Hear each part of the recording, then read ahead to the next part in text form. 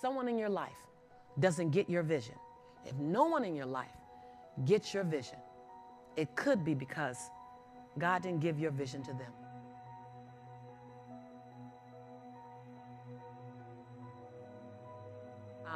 This book, Abundance Now, is a culmination of about 25 years of work.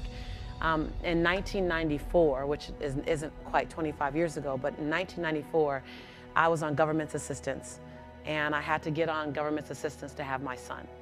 And I was on WIC, Women, Infant, and Children, which is free cheese, free pasta, free milk, and I'm grateful. I was embarrassed, but I was grateful, because as a mom, you just want to take care of your child. And when my son was 8 months old, I'm just kind of telling you how did this book come about without me knowing that the book was coming about. When my son was 8 months old, I needed Pampers, a change of Pampers. And I went to the cupboard to get Pampers, and there was none. So I went to the ATM to get $20 out to buy Pampers, and I had $11.42 to my name. Yeah, that's exactly what I did when I saw insufficient funds. And I remember going home wondering, what am I going to do? I wrapped my son in a towel.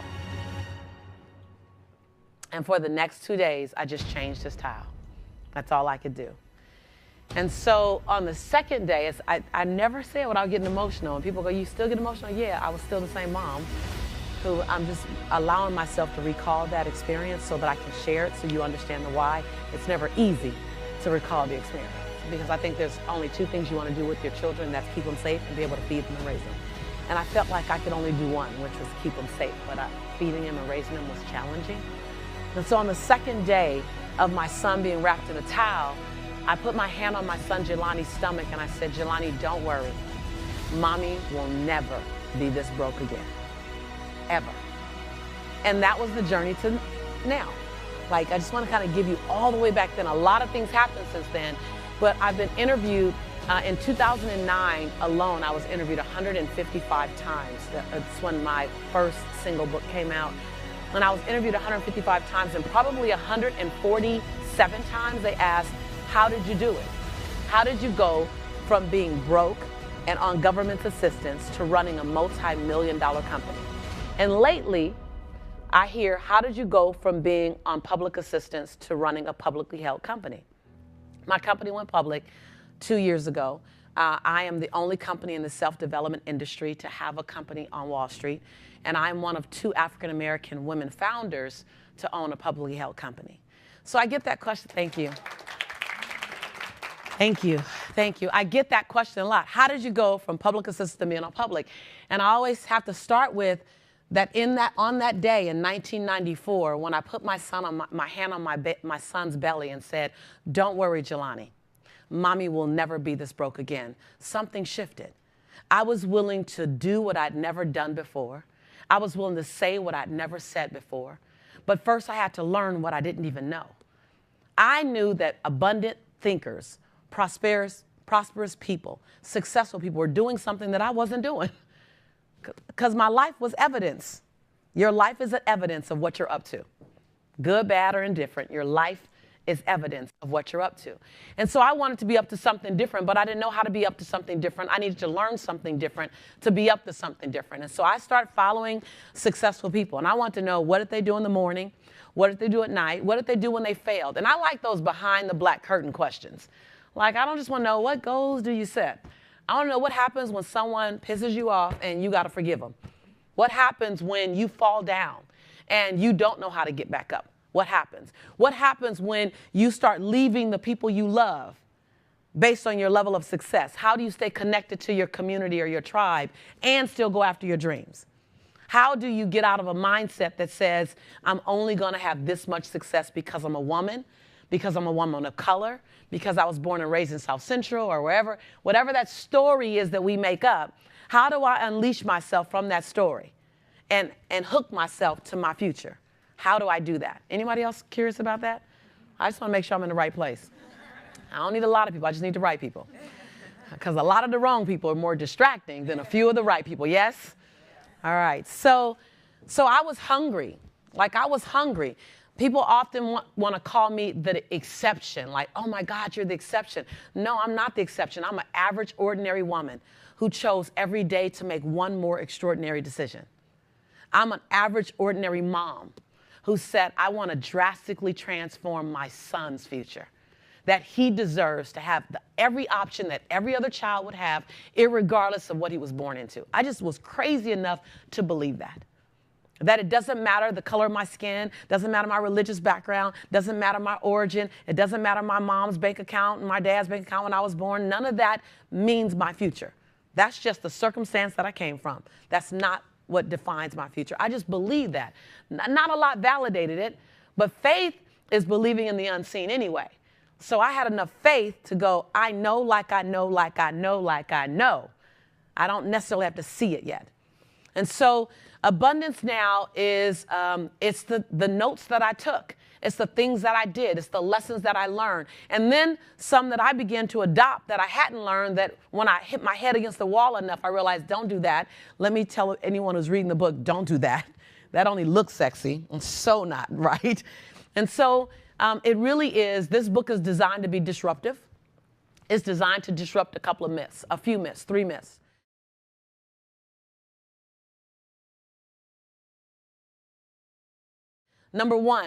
Myth number one is that we believe that abundance, this is the part you want to write down. We believe that abundance is for some people of a certain hue, a certain origin, a certain background, and we teach that. Society just teaches that you have to come from this place to have abundance. There's them, and then there's us. Yes, you guys? Okay, by the way, I'm an interactive. Like, I'm not here just to do you. Like, just for the record, like, what I learned is that I am a major part of my own rescue. I'm a major part of my own breakthrough. So whether you're here because you want to get out of a place of being stuck, or whether you're here because you want to go to the next level of possibility, you are a part of that next level. So I'm going to ask questions. I love a dialogue, not a monologue. I'm not a performer, though I can be entertaining at times. This is really about a dialogue, a juicy, delicious dialogue that I hope on this day, January 6th, it created some kind of shift in you, some kind of jolt in you, where afterwards you're like, I think I just need to do something. I need to tweak this. Not that anything's wrong, but what does up level look like? What does next level look like? And so the first myth is that, and when I say myth, these are the things there's so much value in what you unlearn. Sometimes the best thing you can do is unlearn some things.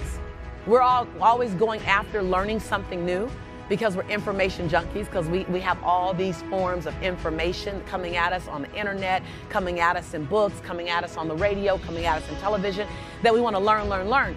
But sometimes your biggest breakthrough is in what you unlearn, and then you relearn.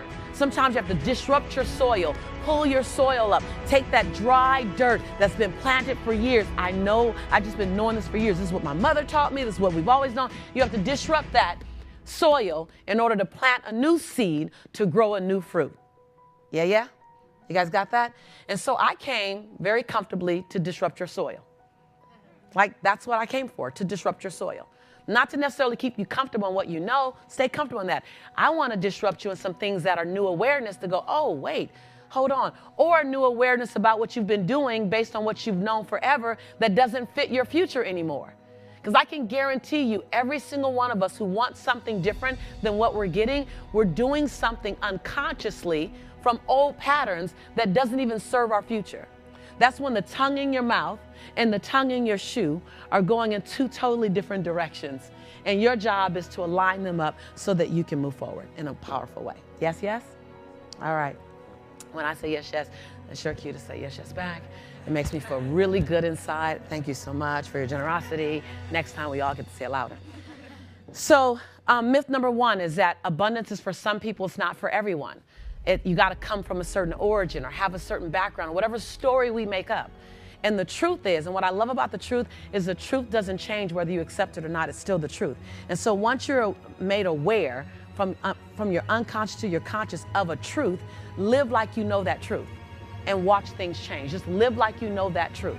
A lot of times when you learn a lesson and you keep revisiting that same pain, it's because you're not living like you learned the lesson. How many of us, by show of hands, have asked the question, how did I end up here again?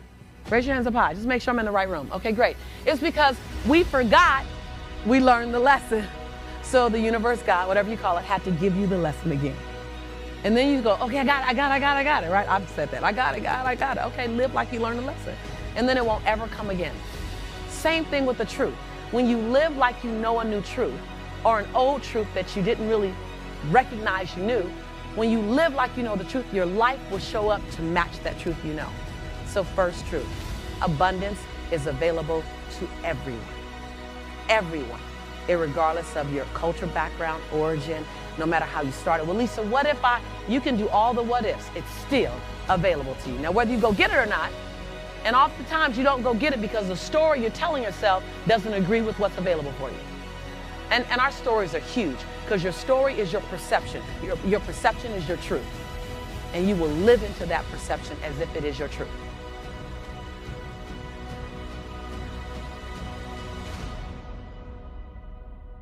Myth number 2 is that abundance is singularly focused on possessions and money. Right? It's all about what you drive, what you live in, how much money you make. When in fact, it couldn't be further from the truth. Wealth is possessions and money. Abundance is a 360 experience. Abundance is a 360 experience. True abundance is your health, because if you don't have great health, life does not feel good. Abundance is relationship, and at the end of your life, literally, you will measure the quality of your life by the quality of the relationships you had. All the other stuff will fall away. That promotion you're thinking about, you're wondering about that raise, it will fall away in the area of importance when you get to the end of your life. You will begin to look at the quality of your relationships. How are your children relating to you? How are your siblings relating to you? Do you have love in your life? You literally will start looking at relationships at a higher level as you get older. So when you mind them now, you take care of them. And I know that for a fact. I have a friend who's worth $14 billion. Billion with a B. He was just partying at my house all night long, wouldn't leave, 4 in the morning, go home.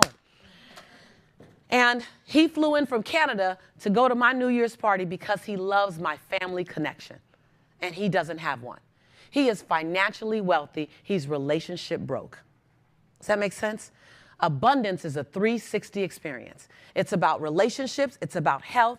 It's about your spiritual groundedness. That doesn't mean you have a religious origin. It's about, can you release? Can you forgive? Can you let go? Can you be still? Do you meditate? Do you have time with yourself? That has a lot to do with the quality of your life, that ability. And I talk about this in the book. And I'm a teacher, so I give you ways to enhance every area that I'm talking about. I don't just introduce it to you. I go, listen, if you want to strengthen this area, why don't you do these things? So you'll find page 58 is dynamic, page 265, dynamic, worth it. So, and then the final area is finance. There are times where it is about the money. And people of service, people who are givers, people who are natural lovers of life, we sometimes don't want to talk about the money. Money is a dignified conversation to have. Matter of fact, you should do very, very well financially.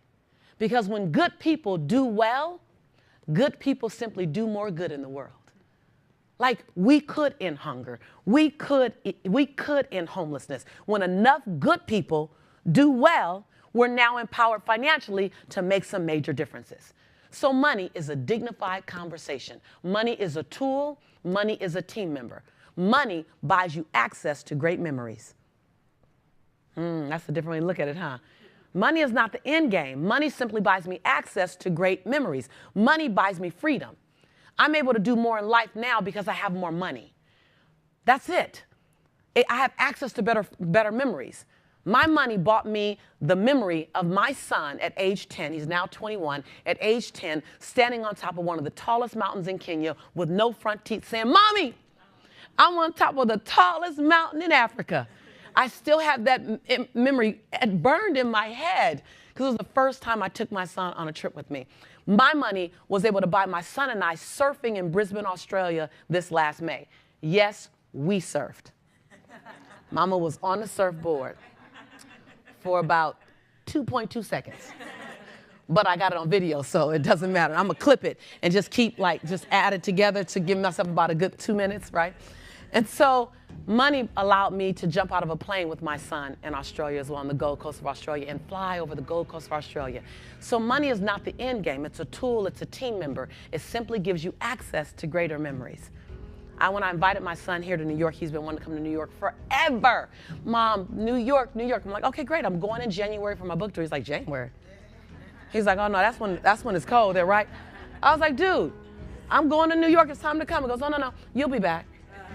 It's that kind of access he knows. He goes, but Mom, when you go to London, I'm so with you no matter what time of the year. And that's the same kid that I had to wrap in a towel. That's the sweetest part of the memories, is that the story I get to tell is transformational because I was willing to invest the pennies in my pocket, in my mind, so that my pocket can overflow with something anew. And so I'm here to disrupt you a bit. I'm here to make you mildly to moderately to significantly uncomfortable in any form of mediocrity. That's my agenda. Because when someone loves us enough to shake us up a bit and make it uncomfortable to do business as usual, that's a favor. That's a favor. And I was so uncomfortable in 1994 that the last thing I wanted was to do business as usual. And so the book is it's my answering of the question I've been asked so many times, how did you do it? And I would be unfair if I just gave you one line. There were many things I did. And when I look at my life, I travel the world. I'm on the road over 310 days out of the year. And I don't mind, because 24 years ago, I had a prayer. God, I want to travel the world, run my mouth, and autograph anything. And now I'm like, update, travel the world half the time. Right? And so I live my dreams. And perfect, far from that. But what I've learned how to do is perfectly manage my imperfection and accept it and be at peace with it. And then find out how we can bring out the best in each other. And so I stopped by Google. And this is you can talk about the law of attraction. This is a full circle. 5 years ago, I opened my offices for the first time. I've been working out of my home for 15 years in my little home office. I started in a closet, a walk-in closet. Well, it wasn't really a walk all the way in. You know, they should call some closets a step-in closet. So it was a step-in and turn-around closet. And I put on the wall, you know those little handheld mirrors you can get at the store, and just a little handheld, about $4.99. I bought about 4 to 6 of those mirrors, and I put those mirrors on the wall in the walk-in closet, so when I sat down, it looked bigger. And on the pant hanger, I converted this walk-in closet to my office, and I used pant hangers with clips on them as my files. So I clipped manila folders on the pant hangers, and I just slide my little manila folders across, put a little desk in there, and I worked out of that office, out of that closet for 4 years, building my company. Then I graduated to a little room off the side of my bedroom. 5 years ago, I graduated to a 3,500 square foot office. To you guys, that's small, but to me, that was really, really big because it was a walk-in closet at one time. And when I opened my offices, I had about 3 employees, and now we're up to about 20, 25, 26 or something. And still small in some people's standard, but big for me on my own, right? And when I started my offices, and this is my connection to Google, I said I would tell you this connection.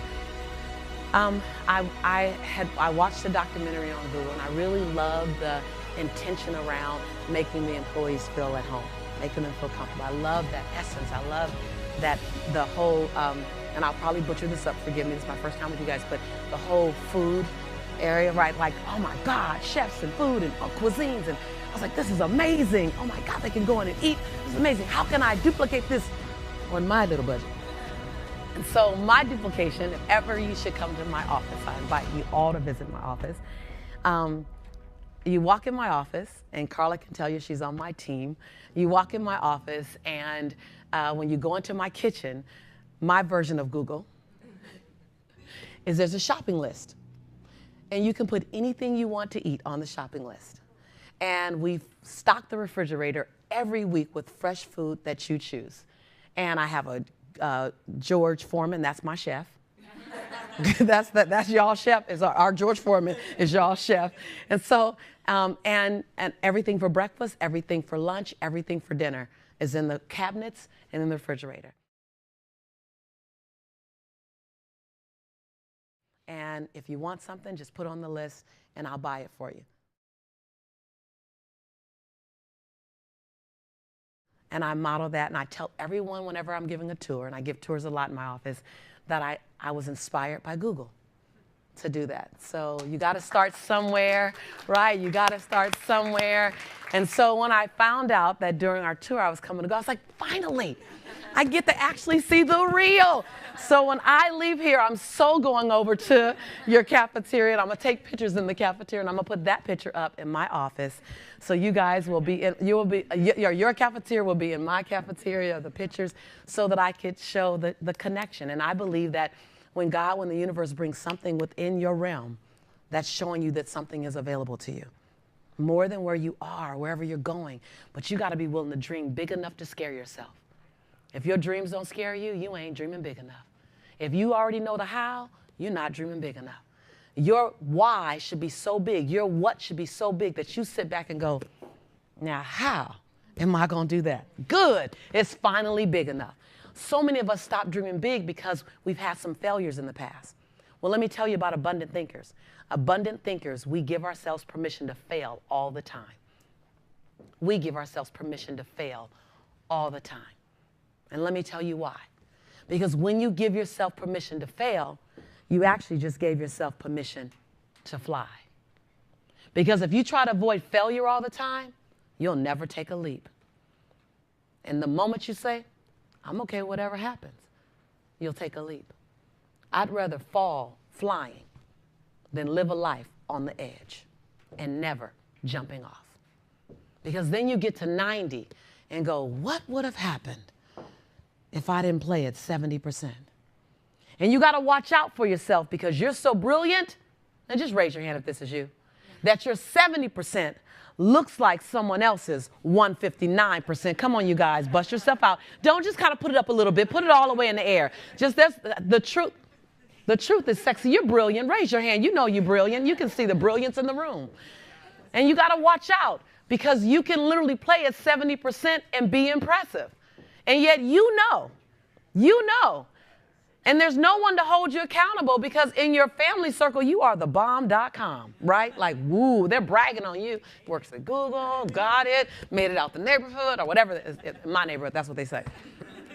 And so you have to constantly be holding yourself accountable to the version of you that you desire to become. You have to constantly keep yourself in an environment of other people who are willing to hold you accountable. If you came here with someone, or there's someone back in your office or someone back in your community that can hold you accountable, tell them the thing that you're afraid to say out loud. And then follow it with, please hold me accountable to the man, the woman that I'm becoming, not to who I am. Please don't be impressed with my bio, because I already did that.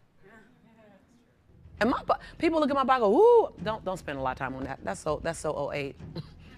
I already did that.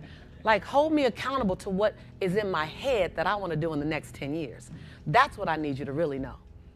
And so when you look at that and you play that big and you're willing to stretch and you're willing to think ginormous, not big, not huge, but ginormous, and you're willing to walk alone. See, so many of us are afraid of leaving someone behind. We're afraid of walking alone. Here's what I know about a great vision. If someone else in your life doesn't get your vision, and some of you came just for this, everything else is bonus.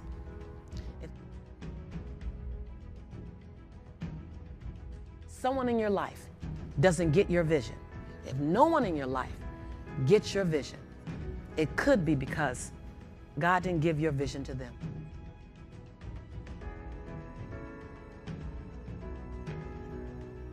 And whatever you call your faith, I'm not here to impose my belief system on you, but your vision was given to you and only you. So if you got to walk with it and hold it and nurture it for a while, be okay with that. That's like being impregnated with something beautiful, but you want everyone else to see it and describe it before you let it out to the world. It's impossible physically. Your job is to birth it. Now, you can be here and still be creative. You can be here and have a passion. Inside the book, I talk about the 4 E's Oh, y'all thought I was just going to talk about the book and read from the book? Y'all notice I didn't even bring a book up here. Like, get the book, right? And then you got both. Y'all going to get the book. Don't just come from a free conversation, because this is just the outskirts. The book is the deep dive of the how-to. This could be called entertainment and a couple of ahas. That's where you have the breakthrough, where you do the work. So many times we don't want to be inconvenienced by we don't want to be inconvenienced with our convictions. Let me tell you, in order to have something different, you are going to have to do something different. In order to have something more, you have to do something you haven't done yet. I had to say the things I didn't want to say, do the things I didn't feel like doing to have the life I know I wanted. Period. Period. And all I did was give instructions for, here, do this bite size, do this bite size, do this bite size. Bite-sized, digestible, palatable pieces of what you can do. Does that sound good, you guys? And when you look up, and you don't have to have a magnificent change over 12 months, have a small change over 30 days, and then a small change over 30 days, your breakthrough will come in needlepoint moves. And you'll look up in 5 years and not recognize your life. And you need tools, because you've gotten yourself as far as you can get yourself. That was the best thing I learned, is that I've taken myself as far as I can take myself. I keep a coach in my life. I keep a coach in every part of my life that matters. Right before we landed here, I was in the car texting back my spiritual mentor. And I have a business mentor, and I have a health mentor, because those areas in my life really, really matter to me. So get someone who's 2 to 10 steps ahead of you, and then just say, give me some breadcrumbs. Give me some breadcrumbs, I'm good. And so that's what I did in the book. I just said, here, if you're interested in financial growth, and I tell people, skip to finances if that's important for you. Skip to relationships if that's the thing you want to enhance, build, heal, move through. Skip to self-esteem, which is called self-enrichment. If that's the area you want to work on your self-worth, you want to work on your value, you want to work on making your yeses more powerful, making your no's matter, then skip to self-enrichment. Don't read the book in order. Read the book based on how you need it. Yes? In 3 minutes, I'm going to open up for questions. Your job is to have some really great questions. My job is to create an answer. And here's the guideline on questions. You can ask me anything. Say anything. You guys ought to say anything. Say anything. I know you guys have a corporate policy of corporate correct of what you can ask. I'm the author. And I said, what? Anything. I'm committed to your breakthrough. Even if it's one person, that's perfect for me. It's an hour spent well if only one person has a breakthrough. And sometimes the question you need to ask is not the normal question or the politically correct question. So there's no question you can ask of me that I feel is inappropriate. There's none. Can we agree with that? Everyone, we all got that? Now you choose the question. And my job is to answer you transparently. Now your job is to be able to handle the answer, because I already had to get used to it, right? So in about 2 minutes, we'll go into Q&A. When I just appeared on the Steve Harvey show yesterday, and it's about my probably 7th time, about my 7th time on the Steve Harvey show. I'm a resident coach on the Steve Harvey show, a resident coach on the Today show, and more on the Steve Harvey show. He and I have a relationship. That's pretty cool. He hired me 2 years ago, a year and a half ago, 2 years ago. He hired me to coach him. And I coached him for a year and a half on how to become an inspirational speaker and actually have a division in his company that's a self-development division. He said, I want to use my name, I want to use my brand to inspire people now, not just make them laugh.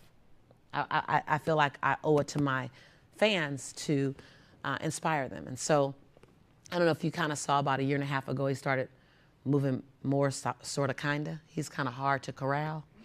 But the intention was that he would move more toward inspirational speaking. So I was on his show yesterday, and I wasn't physically there. We recorded a couple of weeks ago because I was here yesterday launching my book. And one of the key things was, how do I shift my relationships? And you'll realize that when you look at the quality of your life, you're going to look at relationships and you're going to look at money. Those are the two things that absorb so much of our energy, is money and relationships. And one of the things I said, that in relationships, we make the mistake of thinking we can change someone and thinking if they just change like this, they'll be okay with me. And the reality is, can you love them where they are? I see the giggles. Can you love them where they are? If they never change, can you love them? And if you say yes to that, then you become more of an inspiration for change versus a push for change. Does that make sense, you guys? If you agree to love them as is, then you inspire change versus push change. And the second thing is, and these are the two key things that I said on his show yesterday, is relationships begin to shift and go downhill when you're more committed to being right than you are to being in harmony. You forget that harmony is more important than being right. That at the end of a debate, discussion, argument, most of the time, all you want to know is, am I right? Was I right though? And yet you've killed off the relationship in that moment. Now there's silent dinners and silent hours in the house when in fact you just want to be reconnected. So if you commit to harmony over being right. And then in finances, and I always like to leave people with this, I was just at Essence. I did an 8-station, 11-city radio interview this morning. Then I left there and went to Essence. Then I left there and came to you guys. I'm just getting started. It's a day, right? Wake up ready. Over at Essence, they asked, can you talk about money? You know, because money has such an energy attached to it.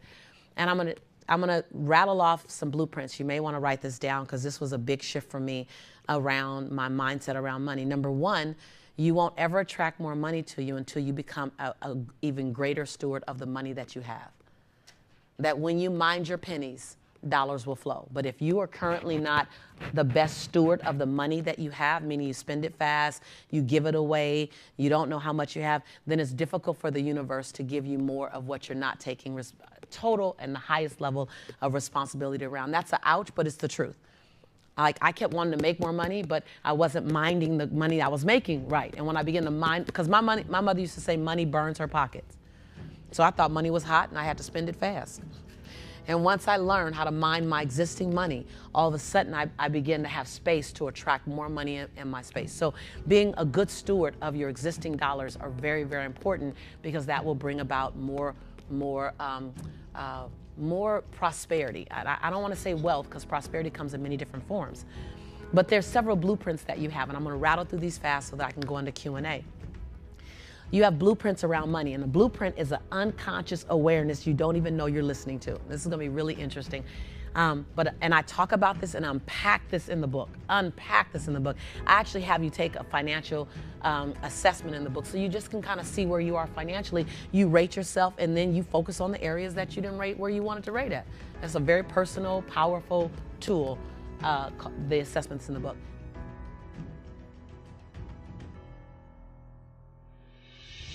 So your money blueprint.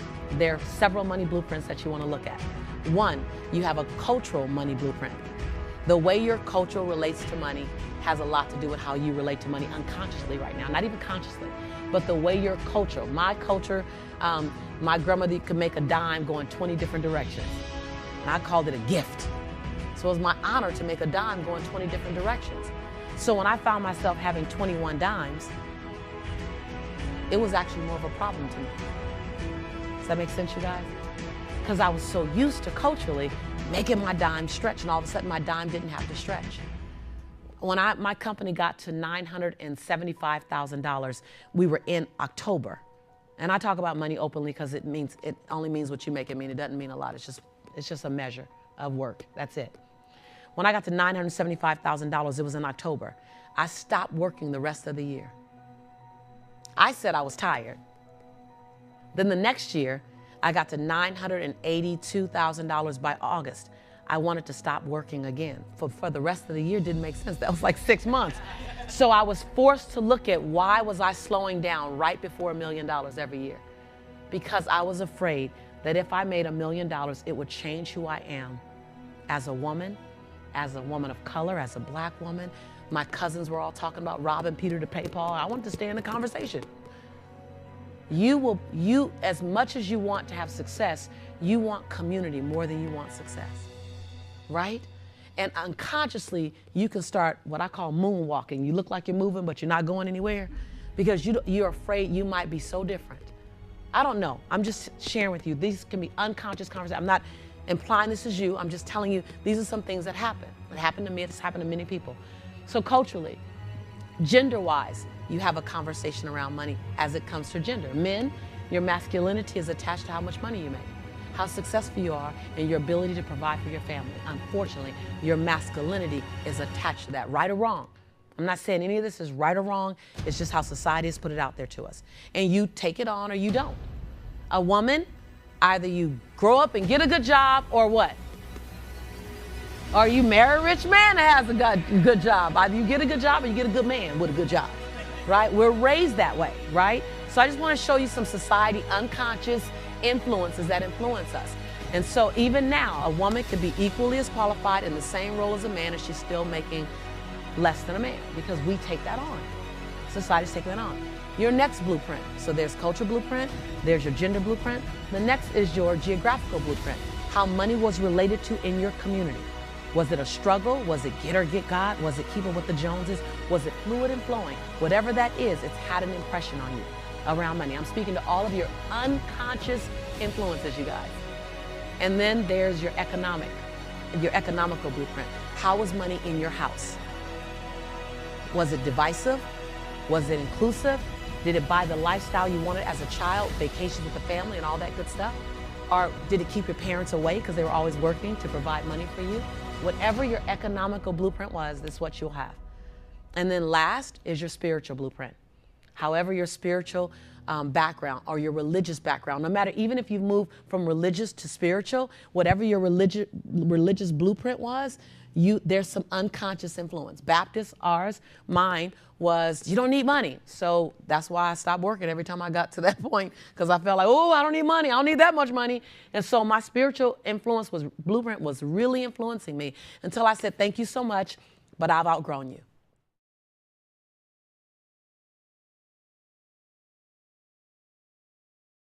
Because we often wait for the fear to go away to take action. And when you realize that fear is actually your friend, fear is not an enemy. I love disrupting things like this. Fear is only your enemy when you allow it to paralyze your movement. But fear will get you up early. Fear will make you do your research. Fear will humble you out. Fear will have you ask for help. Fear is your friend when you use it to inform you of what do you need. Whenever I'm afraid, and I stay afraid because I'm always playing so freaking big, I'm like, how are we going to do that? Right? Haven't I been playing big ever since I signed with Harper on this book? Like, we're going to do this and we're going to do that. And then I go home and go, how are we going to do all that? So fear feeds you. So one, I want to celebrate you for moving afraid and sharing it with your husband. Secondly, I want to remind you, and I say this respectfully, don't share your $1 million dreams with dollar thinkers. She said, I'm going to write that down. Like, be selective who you share your $1 million dreams with. Share them, but share them with people who are going to put helium in your balloon. Don't share them with people who are going to try to throw a pin at it. Like, why would I make my balloon, expose my dream balloon to someone who with a bunch of darts? Doesn't say we don't love them any less. But based on where they're dreaming and thinking, they have to see the evidence before it becomes real. When I talked about, my company was named Motivating the Masses in 1992, you guys. I didn't even touch the masses until 2008. That's how long it was my dream. No one even knew I had the company name in my family because they only knew I had Motivating the Teen Spirit because they could see me working with teens. But I had Motivating the Masses over there in the cut. And I would tell the people who can hold that dream. And they would constantly put helium in that dream. And then when I was on Oprah, kid you not, I was on Oprah talking about The Secret in 2007. And when I went home, my family said, we're angry at you. I said, why are you angry at me? Because you're keeping some kind of secret. That's what they knew about The Secret. I said, no, that's a project. That's a book. That's a video. They were like, what? I was like, I gave you the book like 2 years ago. They were like, oh, girl, I ain't open that. I could tell. So I selectively choose who you share that $1 million dream with, first of all, so that you don't feel deflated. Have you ever shared a dream with someone and the dream busters just came swooped in and started busting the dream and you were afraid and it made you kind of doubt the dream a little more? No. Don't make me doubt my dream. So your job is to share with the right people and not hold people who can't dream that big responsible for celebrating your dream. That's unfair for you to do. That's number one.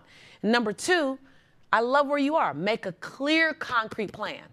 Don't do someday. I want the next time I see you, talk to you, come on, follow me on Facebook, talk to me in my email.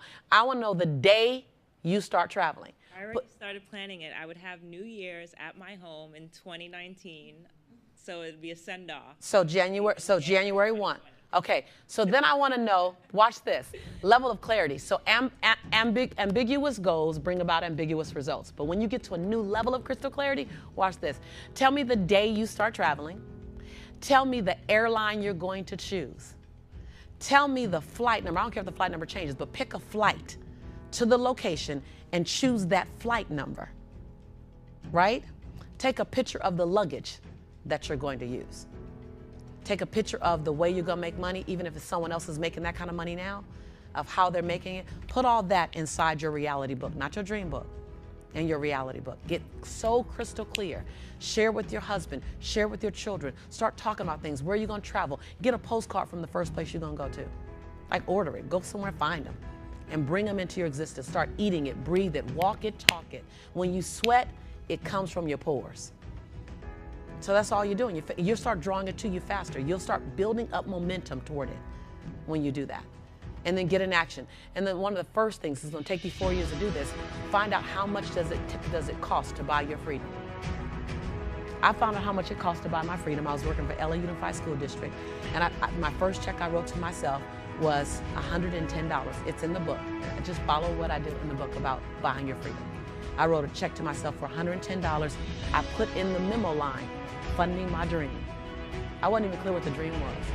And I wrote a check to myself every 2 weeks for 3.5 years, almost 4 years. And on the 3.5 years, I walked into Wells Fargo. And I said, my name is Lisa Nichols. They said, oh, because I used to mail the check in, and I wouldn't open the statements because I was afraid I'd spend the money if I opened the statements. Because my mother said money burned her pocket, so I don't want to burn my pocket. So if I didn't know, you got to trick yourself sometimes, right? So I said, if I don't know, I'm not going to spend it. So I went into Wells Fargo. I said, my name is Lisa Nichols. I came to check my balance. They said, you're the funding my dream lady. I said, because I wrote that every time, every 2 weeks in the memo line for 3.5 years. And they all ran around the teller, and I said, yes, I am. They said, we got a question. Managers came around. They said, what's the dream, right? And I said, my son was 5.5 then. I started when he was 2. I said, I'm not sure. Oh my God, I'm gonna make myself cry. I said, I'm not sure, but it has something to do with inspiring people all around the world. And I said, I just came to check my balance. And they wrote the balance down, turned it around, and it said $62,500. I turned it back around, give it back to her. I said, my Social Security is 54967. I don't even want that money. It's not my money. I don't want it. Y'all gonna ask for it back. I know that's not for me. My family has never had $5,000 in the bank. I know I don't have 62,000. And they teared up. I teared up. And they said, Miss Nichols, you have $62,500. What are you gonna do with it? And I said, I don't know, but my dream gets funded today. And that's how I started. So you're on the right path, sweetie. You're welcome. Give her a hand. So my goal was to come and just do a little or a lot of disruption. My goal was to stir something in your soul, to make you stretch a little further into the magnificent future that belongs to you. It belongs to you by birthright. Abundance now is not abundance later, abundance when you get it all right, abundance it's abundance now. Like, what better time than now? And so I just stopped by to inspire you. I'm gonna hang around, I'm gonna sign books, I'm gonna take some pictures, and hopefully create just a little needlepoint move in the trajectory of your life. And in the future, you don't have to remember my name. You don't have to remember anything. Just remember the moment you made the decision for you, because that's what matters. Your life is more valuable to the people that it inspires than it will actually ever be to you. Your job is to inspire someone beyond belief. That lives forever. Your legacy will live much longer than your lifespan. And our job is to write a great life, to have a great legacy, to inspire many people. And anyone can do it. I'm just a woman from South Central LA, between the Harlem 30s and the rolling 60s, who got a C+ in school. In 12 years, that was my highest grade. The last time I took English, I got a fail. And my English teacher told me I was the weakest writer she ever met in her entire life. And the last time, right, I should send her a book, right? With my face on it, right? Autograph. Some of your best motivation does not come wrapped in a red bow. It comes wrapped in sandpaper. You get to use everything as fuel. The last time I took a speech class, I got a D-. And my speech teacher said, quote unquote, Miss Nichols, I recommend you never speak in public. Some of your best motivation might come wrapped in sandpaper. I just stopped by to disrupt you a bit, to inspire you a bit, and to hold on and love you a bit. I hope it's been good for you guys, because it's definitely been good for me.